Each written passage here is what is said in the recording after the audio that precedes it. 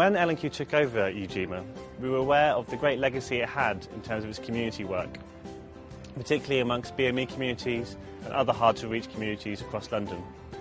The Ujima Foundation enabled us to continue that legacy and continue working in communities across London who perhaps are more hard to reach. We worked on projects surrounding youth, community development and employment and training.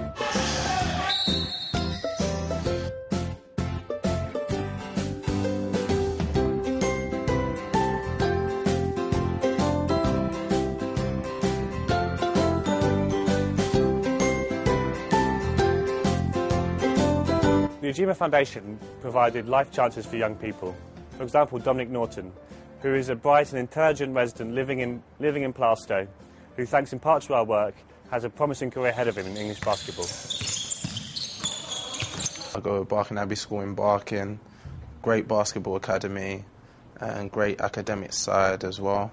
The Ujima Foundation and L&Q work closely with people in my community and people from similar backgrounds as mine and the same backgrounds as mine. So my mum, looking for help and assistance, approached asking for funding and help for my basketball and my career.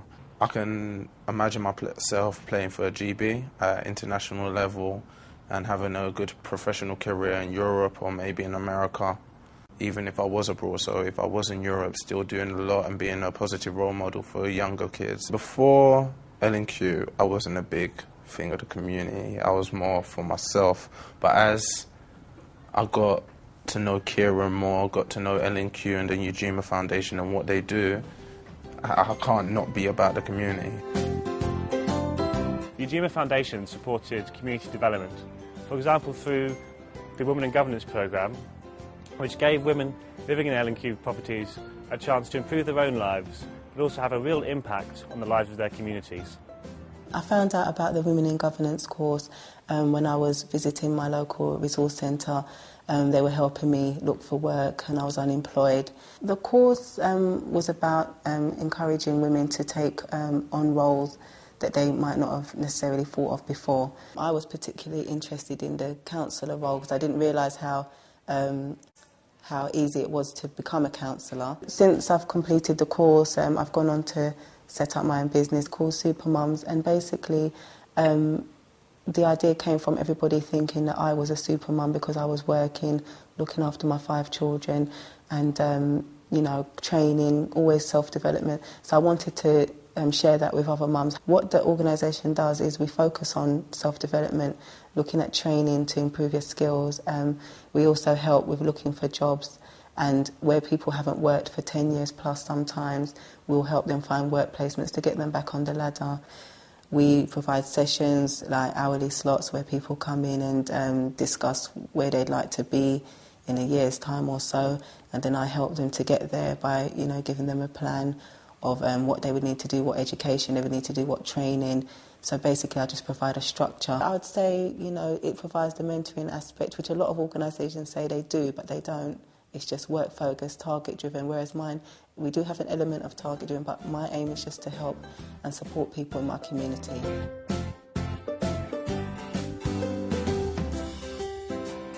The Ujima Foundation allowed us to innovate and try exciting and new employment and training initiatives. An example of this is the Greenwich Real Apprentice programme. Through our partnership with the East London Business Alliance, we found a number of new residents employment in their local area, which in turn contributed to the community as a whole. In collaboration with London and Quadrant, we created an employment and training into work scheme for L&Q residents. Project Boost started off in the area of Greenwich, working primarily with Greenwich Wharf residents, turning up at new sign-up events where tenants actually receive their keys on the first day. We were there to offer support in terms of employment and training. The principles of the programme were to introduce local residents back into employment. All businesses do have a responsibility to take on entry-level staff. And I think what better way of doing it than tapping into the resource that's right on your doorstep.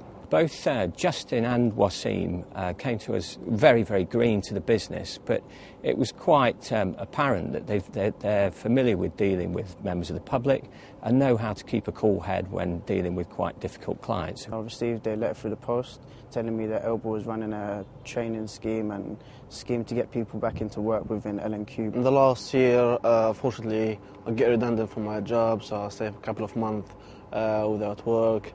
Looking for a job. When I heard about a great project, which is L&Q, they provided to the resident. The program was, I think it was 2 weeks for the interview skills, CV, updating, teamwork skills, presentation skills.